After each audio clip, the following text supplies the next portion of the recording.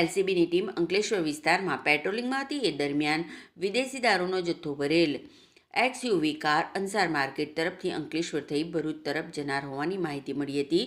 જે મળેલી માહિતીના આધારે એલસીબીની ટીમે જૂના નેશનલ હાઈવે પર કરજણ રેસ્ટ હાઉસ સામે વોચ ગોઠવી હતી.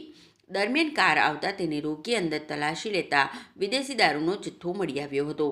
પોલીસે ભરૂચના કાર ચાલક મોહમ્મદ તોકીર અબ્દુલ હમીદ શેખની ધરપકડ કરી હતી અને ₹2,97,000ની કિંમતનો વિદેશી દારૂનો જથ્થો અને 3 લાખનો XUV કાર તથા 60,000ના 2 મોબાઈલ મળી કુલ ₹6,57,000નો મુદ્દામાલ જપ્ત કરી તેની પૂછપરછ કરતા તે સુરતના કડોદરાના સંજય પાટીલ પાસેથી લેતો હોય છે અને વિદેશી દારૂનો જથ્થો સુરત વેડ રોડ વિસ્તારમાં રહેતા સંજય દેસાઈ પાસેથી ભરી આપેલ અને ભરૂચના હિતેશ તથા વલીદ તેમજ રાજેશ મિસ્ત્રી અને અલ્તાફ નામના ઈસમોને આપવાનો હોવાનું જણાવ્યું હતું.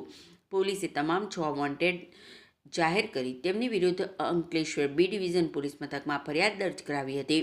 પોલીસે ગુનો નોંધી વધુ તપાસ હાથ ધરી છે.